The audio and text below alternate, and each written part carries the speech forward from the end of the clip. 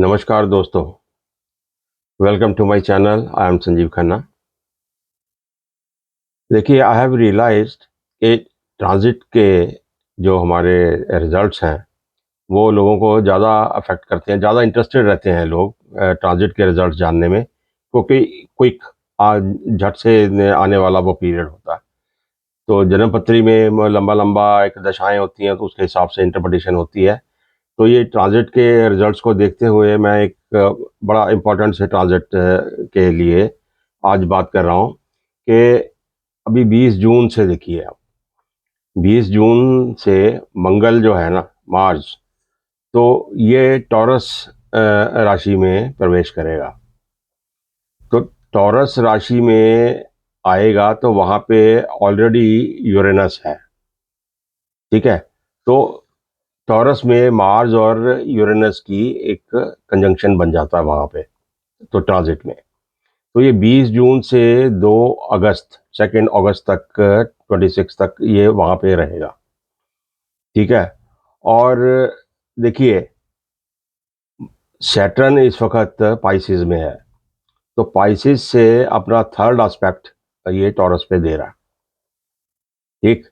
तो third aspect Shani का मिल रहा है, यूरेनस और मार्स। अब ये सारे यहाँ पे इकट्ठा हो गया है, जो भी हमारा मेलेफिक्स है, ये एस्पेक्ट और सारा मिला के तो बड़ा सा ना एक एक्सप्लोसिव सा ये सिचुएशन बन गई है मेरे हिसाब से। तो क्योंकि अभी देखो, मैं समझाता हूँ आपको कि मार्स मार्स में एक तरह का एग्रेशन है, एक्शन है। तो मिलिट्री से रिलेटेड एक्सीडेंट्स, मशीनरी, फायर्स। ठीक है। तो ये सारे झड़प जितने भी होते हैं इस किस्म के काम, तो ये मार्स से रिलेटेड है। ठीक है। यूरेनस में आप देखिए कि सडन शॉक्स हमेशा मिलते हैं, रेवोल्यूशंस होती हैं। तो टेक्नोलॉजी को लेकर हुई, या अर्थ से रिलेटेड अर्थक्वेक हुआ, या any sort of surprises on the global scale. तो यूरेनस के लिए ये बहुत ज़्यादा इम्पोर्टेंट है। और सैटर्न अपने हिसाब से जब चलता है तो एक तरह से रिस्ट्रिक्शंस, प्रेशर्स, तो डिलेज, कॉन्सिक्वेंसेज ऑफ कार्मिक, एक तरह से लेसन्स भी मिलते हैं। कार्मिक तुम्हारे प्रॉब्लम्स वहाँ पे आती हैं, जो अनएक्सपेक्टेड और अनअवॉइडेबल हो जाती हैं। तो उस हिसाब से आप देखिए कि मार्स यूरेनस एक तरह से एक्सप्लोसिव एनर्जी क्रिएट करता है, और सैटर्न का जो एस्पेक्ट है, तो एक तरह से आप रियलाइज करोगे कि बड़े प्रेशर्स हो जाते हैं, प्रेशर क्रिएट करता है और फ्रस्ट्रेशंस। अब ये सारा सिनेरियो मैं बोल रहा हूँ कि ऐसा नहीं है कि ग्लोबल सीन पे यह चीज़ें ऑलरेडी हो रही हैं।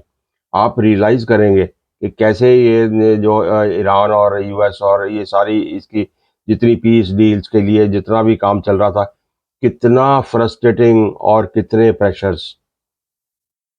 तो ये, और कितनी ही आप देखिए ब्रीच ऑफ इनकी सारी पीस एंड एवरीथिंग, चीज फायर की ब्रीच हो रही है, कुछ हो रहा है, बॉर्डर्स पे कुछ ना कुछ हो रहा है। तो दैट इज, आप देखिए कि डिस्पाइट हैविंग सीज फायर, फिर भी ये चीजें हो रही हैं। तो ये एक एस्पेक्ट है जो सिर्फ समझाने के हिसाब से मैं बात कर रहा हूँ। तो अब इसके हम देखते हैं, पहले मैं थोड़ा सा आपको डिस्क्राइब करूं कि ग्लोबल इम्पैक्ट की बात करते हैं पहले। ठीक है। तो ग्लोबल इम्पैक्ट को कुछ हिस्सों में मैं बांटता हूं कि आप देखिए, सबसे पहले कि जियोपॉलिटिकल टेंशंस। ठीक है। अब मार्स यूरेनस के कॉम्बिनेशन में जनरली ये अनएक्सपेक्टेड मिलिट्री डेवलपमेंट्स ऐसी हो जाती हैं।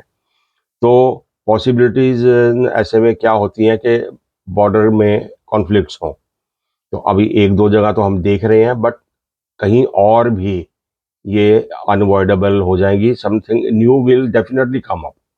ठीक है। और फिर आप एमुनिशन, आर्म्स के उसमें आ जाइए, मिसाइल्स के टेस्ट हो गए। ठीक है। और फिर एयर एयर स्पेस की वायलेशंस।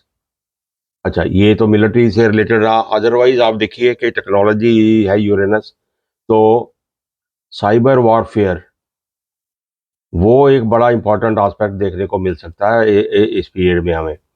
तो एग्जिस्टिंग वॉर जोन्स तो जो हैं वो तो हैं ही हैं, उसके अलावा कोई नया वॉर जोन भी खुल सकता है। ठीक है, तो ये अभी देखिए सैटर्न का जो इन्फ्लुएंस है वो हो सकता है थोड़ा सा रिस्ट्रेन दे इन चीज़ों को कि ऑल आउट वॉर्स ना हो, बट छोट कहीं ना कहीं ये चलता न रहे, जो एक तरह से फ्रस्ट्रेशंस है दैट मे कम आउट। अच्छा, दूसरा फिर मैं इसका देखता हूँ कि फाइनेंशियल मार्केट की सिचुएशंस को। तो फाइनेंशियल मार्केट में मैं देखता हूँ कि बड़ी वॉलेटिलिटी ऐसे पीरियड में आ जाती है। ठीक है, तो अभी टॉरस देखिए एक तरह से बैंकिंग, करेंसी, वेल्थ, कमोडिटीज, तो इन सब को डील करते हुए मार्केट में आप देखिए ऐसे पीरियड में वॉलेटाइल हो जाती हैं क्योंकि करेक्शंस होती हैं। कितनी देर से कुछ पीरियड चल रहा है, नया पीरियड कुछ और चलता है, तो उसमें करेक्शंस की वजह से बहुत ज़्यादा करेंसी की फ्लक्चुएशंस हो जाती हैं। बैंकिंग के नए रेगुलेशंस आ सकते हैं। ठीक है, और कमोडिटी की प्राइसेस बहुत ऊपर जा सकती है। तो एक तरह से इकोनॉमिक वॉलेटिलिटी बड़ी एक्सपेक्टेड है इस पीरियड में। फिर आगे बात करते हैं अर्थ रिलेटेड डिस्टर्बेंसेस।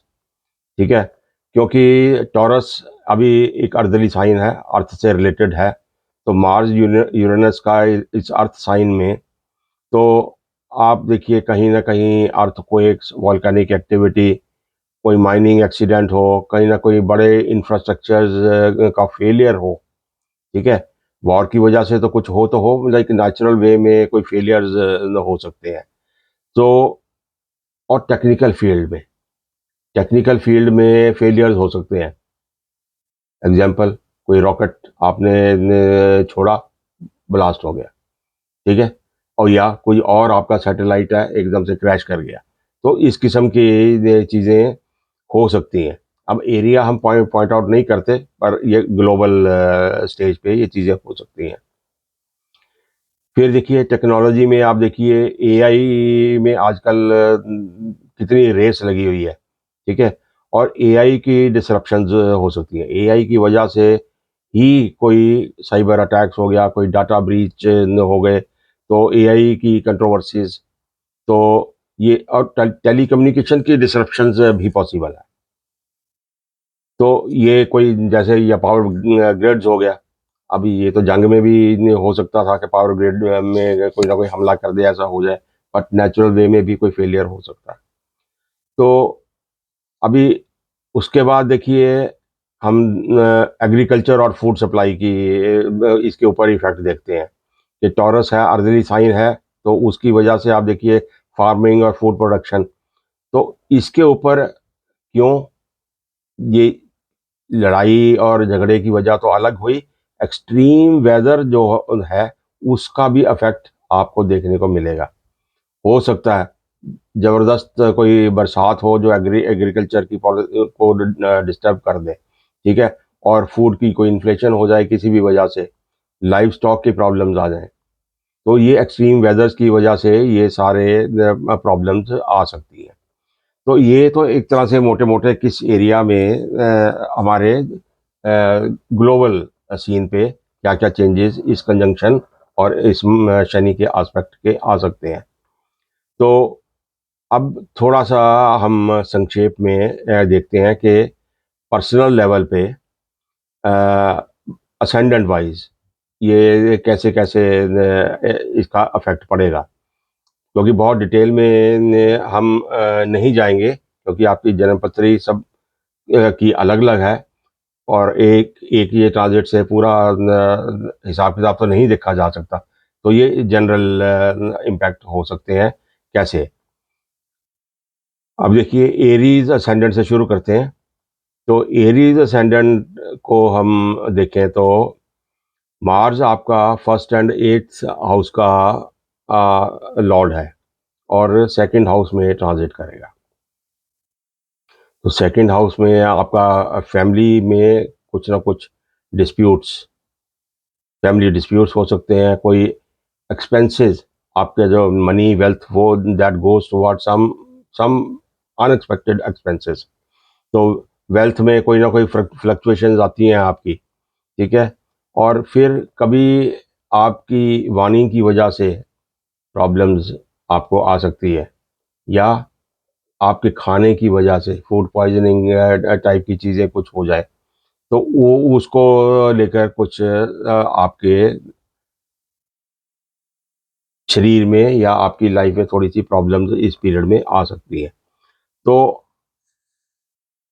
एडवाइस आपके लिए ये है कि impulsive financial, particularly financial decision जो इम्पल्सिव आप अ, करने की सोचते हैं, जैसी नेचर बन जाती है, तो वो आप ना करें, उसको अवॉइड करें। फिर आगे देखते हैं हम टॉरस असेंडेंट, ठीक है। तो टॉरस असेंडेंट में आप देखिए मंगल है 7th एंड 12th लॉर्ड, जो असेंडेंट में ही बैठा हुआ है, ठीक है। तो अब असेंडेंट में आने से आप अंदाज़ा लगा सकते हैं कि कितनी इम्पेशंस और कितना एंगर ये आपको सामना करना पड़ेगा। बात बात पे इम्पेशेंट हो जाओगे आप, बात बात पे एंगर हो जाता है, तो उसी की वजह से आगे रिलेशनशिप पे कॉन्फ्लिक्ट हो जाते हैं, ठीक है। और फिर हेल्थ का आपको ध्यान रखने की ज़रूरत है कि हेल्थ बड़ी एक सेंसिटिव इशू है, उसमें अचानक से कुछ ना कुछ प्रॉब्लम आपकी आ सकती है। तो बाकी जो आपके करियर फ्रंट पे अगर आप देखें, तो वहाँ पे आपको कुछ लीडरशिप और करेज दिखाने के चांस मिलेंगे। ऐसा ऐसे कोई सीन्स बन जाते हैं कि आपको एक लीडरशिप रोल दिया जाता है, आप कर रहे हैं तो उसको एग्जीक्यूट करने का आपको मौका मिलता है, ठीक है। तो इस यहाँ पे जो सैटर्न का एस्पेक्ट है वो आपको प्रेशर क्रिएट करेगा इन चीज़ों को करने के लिए। तो पूरे आपके जो करियर के हिसाब किताब ऐसा डेवलप होगा कि आपको करेज और लीडरशिप दिखाने का मौका मिलेगा, ऐसे प्रेशर्स आपके ऊपर बन जाएंगे। तो ध्यान करिए, और उनको आप don't let that chance go, you will excel in that. तो वो अच्छा काम आपके लिए होने वाला हो। फिर देखिए जेमिनी असेंडेंट वालों की बात करते हैं। तो जेमिनी असेंडेंट में मार्च 6th एंड 11th का लॉर्ड है आपका, जो 12th हाउस में करेगा ट्रांजिट, ठीक है। तो अब देखिए यहाँ पे इन्वॉल्वमेंट हो जाती है 12th हाउस की। तो यहाँ पे एक चीज़ हो सकती है कि हॉस्पिटल में आना जाना बढ़ जाए आपका इस पीरियड में, किसी भी वजह से, ठीक है। तो एक्सपेंसेस भी बढ़ सकते हैं।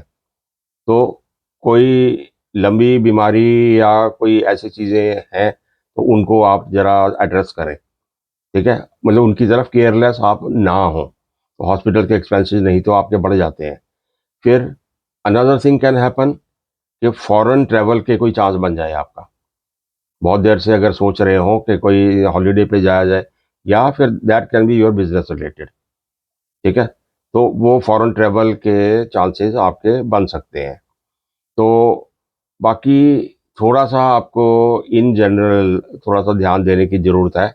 एक तो आप नींद का ध्यान दें, ठीक है। तो स्लीप आपकी डिस्टर्ब हो सकती है, चाहे टेंशन की वजह से हो, चाहे कोई आपके प्लान्स की वजह से हो। फिर कोई आपका सीक्रेट एनिमी सामने आ सकता है, ठीक है। तो वो उसका आपको विजिलेंट होना ज़रूरी है। फिर जो लोग थोड़े से सीनियर्स हैं, तो उनके लिए स्पिरिचुअल रिट्रीट्स की सैर करनी, वहाँ पे जाना, या कैसे ना कैसे किसी सेमिनार्स या कुछ विजिट्स पे, तीर्थ यात्रा, वो ऐसी जगह पे आपका जाना इस वक्त प्लान करिए तो बहुत अच्छा रहेगा, बड़े चांसेस हो सकते हैं। आगे चलिए देखते हैं कैंसर असेंडेंट में जो मार्स है 5th और 10th का लॉर्ड है, 11th हाउस में ट्रांजिट कर रहा है। तो अब 11th हाउस गेंस के हाउस में मार्स का आना मेरे हिसाब से तो बहुत बढ़िया है ये। ठीक है, तो करियर की वजह से भी आपको गेन मिलता है, या स्पेकुलेशन आप करते हैं तो उसकी वजह से गेन आपको मिलता है। सडनली कोई ऐसे हिसाब किताब बनते हैं कि आपका प्रॉफिट जो है एकदम से जंप मार के आपको नजर आता है कि कैसे ग्रोथ हो रही है उसकी। और जो नेटवर्किंग है आपकी, कम्युनिकेशन की वजह से हो या जो भी है, तो बड़ी अच्छी नेटवर्किंग आपकी इस पीरियड में बन सकती है, जो अल्टीमेटली आपके लाभकारी रह सकती है आपके लिए। ठीक है, तो अपने जो आपका जो सर्कल है, फ्रेंड सर्कल है, ठीक है, वहाँ पे थोड़ी सी ना अपनी ईगो को कंट्रोल में रखिए। तो अपने आप को जो शो ऑफ है दैट आई एम सुपीरियर, वो वाला एटीट्यूड आप अपने फ्रेंड्स के साथ नहीं रखें, नहीं तो कॉन्फ्लिक्ट कॉन्फ्लिक्ट का होना लाजमी है, जो आगे जाके फिर आपको बहुत नुकसान दे सकती है। ठीक है, तो उस अपनी ईगो पे थोड़ा सा आप कंट्रोल रखें, और फ्रेंड्स वाले सर्कल में बड़ा कॉशियस होकर चलें आप।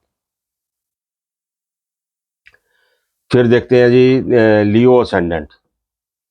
लियो असेंडेंट के लिए देखिए, मार्च 4th एंड 9th लॉर्ड है, और 10th हाउस में आपके ये ट्रांजिट कर रहा है। तो अब करियर में इतनी एनर्जी, ठीक, और प्रोफेशनल आपका एटीट्यूड, एग्रेसिव और ट्रांसफॉर्मेशनल। ठीक है, आप कुछ करना चाहते हैं, कुछ करके दिखाना चाहते हैं, जो चल रहा है उससे आप उसको या तो ग्रोथ करते हैं या डिफरेंट डायरेक्शन में कुछ करके दिखाना चाहते हैं। ठीक है, वो उसके लिए पूरी एनर्जी आप लगाएंगे इस पीरियड में। तो एक तरह से ट्रांसफॉर्मेशनल चीज़ें क्या होती हैं, जो कर रहे हो उससे कुछ अलग करना, दैट इज ट्रांसफॉर्मेशनल। ठीक है, तो उसकी ही वजह से तो थोड़ी सी आपको अथॉरिटीज़ के साथ कुछ टेंशन आ सकती है, because when you are trying to do something different, तो उसमें टेंशन और टसल तो होती है, तो उसका ध्यान आपको रखना है। तो बाकी बोल्ड एक्शंस, जैसा मैंने बोला कि आप लेने के बड़ी एनर्जी से बोल्ड एक्शंस लेने की कोशिश करेंगे, और उन बोल्ड एक्शंस की ही वजह से आपको रिकॉग्निशन मिलती है, मिलेगी इस पीरियड में। Definitely something will happen. ठीक है, और ये प्रोफेशनल विजिबिलिटी आपको मिलती है, जो आप कर रहे हैं वो ऐसा नहीं है कि अनदेखी वो एफर्ट्स जाएंगी। It will be seen and it will be recognised, rewarded. तो आगे देखते हैं वर्गो असेंडेंट के लिए। यहाँ मार्स आपका 3rd एंड 8th लॉर्ड होकर 9th हाउस में ट्रांजिट करेगा। अब 9th हाउस की इन्वॉल्वमेंट हो जाती है, तो एक तरह से चांसेस बन जाते हैं कि लॉन्ग ट्रेवल्स आपके इन्वॉल्व हो जाएं, आपके जो भी काम आप कर रहे हैं। ठीक है, तो या अपने मेंटोर्स से मिलना हो, या फिर फादर से मिलना हो, या फिर कोई आपका हायर स्टडीज सेमिनार्स ऐसी अपनी इंटेलेक्चुअल ग्रोथ के लिए, तो उसके लिए आपको कहीं दूर दराज जाने की ज़रूरत पड़ जाए, कोई किसी ऐसे लीगल मैटर्स की रिक्वायरमेंट हो कि आपको बाहर जाना है, दूर जाना है, तो शॉर्ट और लॉन्ग डिस्टेंस, ये सारी आपकी इस पीरियड में रीज़न उसका can be the intellectual growth. और इस पीरियड में बस ये आपको थोड़ा सा ध्यान देना है कि वो सारा जो कुछ आप वहाँ से अपनी इंटेलेक्चुअल जो ग्रोथ करते हैं, ठीक है, वो उसकी एप्लीकेशन आप अपने करियर में कर पाएँ। क्योंकि वो खाली इंटेलेक्चुअल ग्रोथ होना होना इज़ नो गुड अनलेस आप उसकी एप्लीकेशन हो उसकी, तो आपके करियर में उसकी एप्लीकेशन ज़रूर होगी। फिर देखिए लिब्रा असेंडेंट। अब लिब्रा असेंडेंट में अभी देखिए कि Mars 2nd and 7th Lord होकर 8th हाउस में ट्रांजिट करेगा। ठीक है, तो यहाँ पे अभी 8th हाउस हो गया, तो एक तरह का ना, और सेकंड एंड सेवंथ है, तो या तो पार्टनरशिप हुई या आपके स्पाउस के साथ, तो जॉइंट फाइनेंसेस जो आपके हैं या इनहेरिटेंस मैटर्स है, तो यहाँ पे थोड़ी सी चेंजेस चेंजेस आएंगी। ठीक है, वो चेंजेस किस वजह से है? किसी कॉन्फ्लिक्ट की वजह से भी हो सकती है, पार्टनरशिप टूट गई और पैसे का हिसाब किताब कर रहा है, दैट इज वन रीजन। आठवां सडन चीज़ों का घर है। ठीक है, तो कॉन्फ्लिक्ट हो सकती हैं, सडन चेंजेस हो सकते हैं, यही ट्रांसफॉर्मेशन हो सकती है। बिजनेस को डिसॉल्व किया, पार्टनरशिप को डिसॉल्व किया, पब्लिक लिमिटेड कंपनी बना दी, there can be variety of examples. तो ऐसा कुछ और सडन गेन्स या सडन लॉसेस की वजह से कुछ ना कुछ बड़े चेंजेस आपके फाइनेंस सिस्टम में या पार्टनरशिप में तो यहाँ पे आने वाले हैं इस पीरियड में। ठीक है, तो एडवाइस यहाँ पे कि रिस्की इन्वेस्टमेंट्स आगे फर्दर ना करें और ट्रांसपेरेंसी ज़रूर रखें, क्योंकि पार्टनरशिप्स इन्वॉल्व है, जॉइंट चीज़ें इन्वॉल्व है, तो ट्रांसपेरेंसी का रखना बहुत ज़रूरी है यहाँ पे। फिर देखिए स्कॉर्पियो असेंडेंट। स्कॉर्पियो असेंडेंट वाले लोगों के लिए आप देखिए मार्च 1st एंड 6th लॉर्ड होकर 7th हाउस में ट्रांजिट कर रहा है। ठीक है, तो 7th में ट्रांजिट कर रहा है, तो एक तरह की पार्टनरशिप की टेंशंस आपको फेस करनी पड़ेगी। मे बी आपका बिजनेस और आपका पर्सनल रिलेशनशिप्स, स्पाउस, मैरिज। ठीक है, वहाँ पे अब होता क्या है कि ऐसे में एक कंपेटिटिव सिचुएशंस बन जाती हैं। कंपेटिटिव सिचुएशंस बनी, कंपैरिजंस होने शुरू हो जाते हैं, आप ये और मैं ये, तो उसके ऊपर फिर कंपटीशन हो जाता है, तो उसकी वजह से कॉन्फ्लिक्ट होता है। ठीक है, तो ये it can lead to legal situations also. तो आपको ध्यान रखना है यहाँ पे कि ये एक टेम्परेरी अफेयर है और महीने डेढ़ डेढ़ अबाउट 6 वीक्स का पीरियड है, तो इसको इन्फ्लेट नहीं होने दें। अगर ऐसी सिचुएशंस होती है, आपको बाय वे ऑफ कॉम्प्रोमाइज इसको पैसिफाई करना है, इसको प्रोलॉन्ग नहीं करना आपने। ठीक है, तो यहाँ पे अपनी पैशंस, अपनी स्ट्रॉन्ग लाइक्स एंड डिसलाइक्स को थोड़ा किनारे रख के आपको कंप्रोमाइजिंग सिचुएशन क्रिएट करनी है, और फिर पेशेंस से आपकी मैरिज और जो आपके रिलेशनशिप्स हैं उनको संभालना है। आगे सेजिटेरियस असेंडेंट की बात करते हैं, तो मार्स 5th एंड 12th का लॉर्ड होकर 6th हाउस में ट्रांजिट कर रहा है यहाँ पे। तो यहाँ पे देखिए फिर काम काज या आपका करियर है या पर्सनल लाइफ भी है, तो कंपटीशन आज की लाइफ में हर जगह है। तो ये थोड़ी सी आपको कंपटीटर्स के ऊपर सक्सेस देने वाला पीरियड है। ठीक है, 6th में मार्स का जो प्लेसमेंट है वो अपने कंपटीटर्स के ऊपर आपको सक्सेस देता है, यू आर अ विनर। ठीक है, तो और हेल्थ इम्प्रूवमेंट आपकी थोड़ी सी होती है, क्योंकि देखो मार्स है, मार्स आपको डिसिप्लिन सिखाता है, तो अभी डिसिप्लिन में जाकर आप अपनी हेल्थ को इम्प्रूव कर सकते हैं।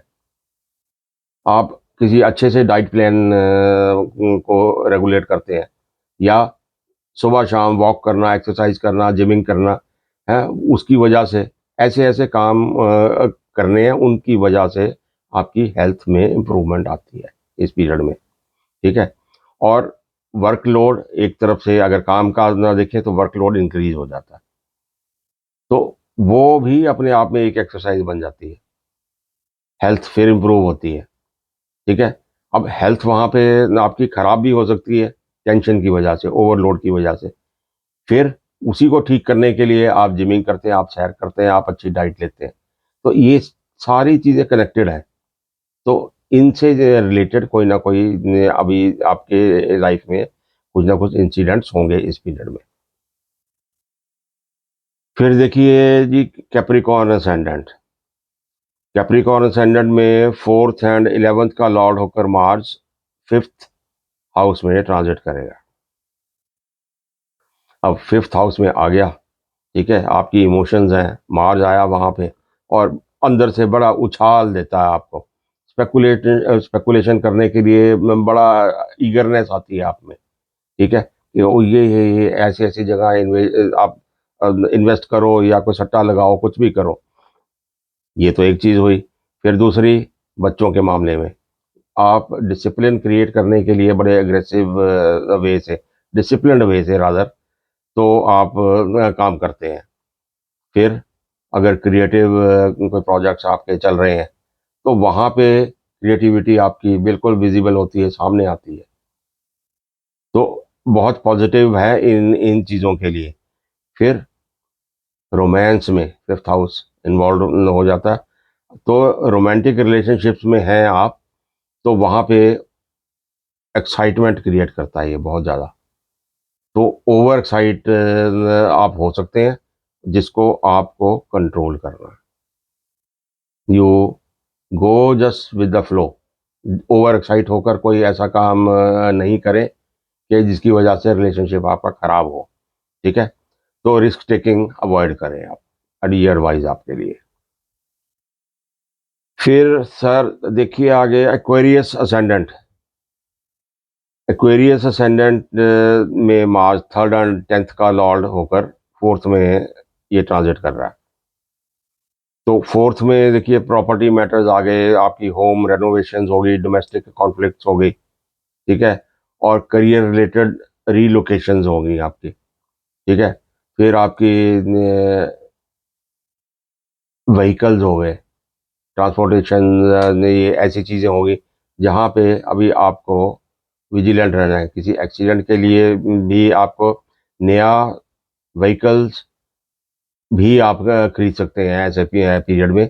घर की रेनोवेशंस करा सकते हैं, प्रॉपर्टी में किसी भी तरह का कोई भी प्रॉपर्टी मैटर सामने आ सकता है, ठीक है। तो यहाँ पे आपको फैमिली और अपना प्रोफेशनल लाइफ में you have to keep a balance. Balance बिगड़ सकता है, आपकी जो इंक्लिनेशन है किसी एक तरफ ज़्यादा जा सकती है, तो आपको यहाँ पे बैलेंस रखने की ज़रूरत पड़ेगी। फिर देखिए पाइसेस असेंडेंट में मार्स 2nd एंड 9th का लॉर्ड होकर 3rd हाउस में करता है ये ट्रांजिट। और देखिए यहाँ 3rd हाउस में ये ट्रांजिट करेगा और लगन में असेंडेंट में शनि आ जाता है, ठीक। तो यहाँ पे एक बड़े करेजियस इनिशिएटिव्स लेने की सिचुएशंस आपके सामने आने वाली हैं, ठीक है। चाहे वो बिजनेस की एक्सपेंशन हो, चाहे वो ट्रैवल प्लान्स हो, ठीक है, या मीडिया में कोई ऐसा काम हो, कोई नई प्रेजेंटेशन हो, कोई नई चीज़ आपने बनानी है जिसको दुनिया के सामने लेकर आना है आपने बाय वे ऑफ मीडिया। तो सोशल मीडिया में कुछ नया काम करने जा रहे हैं आप, ठीक है। और ये सारे सस्टेन्ड एफर्ट इसके ऊपर लगेगी, शॉर्टकट नहीं लगेगा। शॉर्टकट से ये होने वाले नहीं है।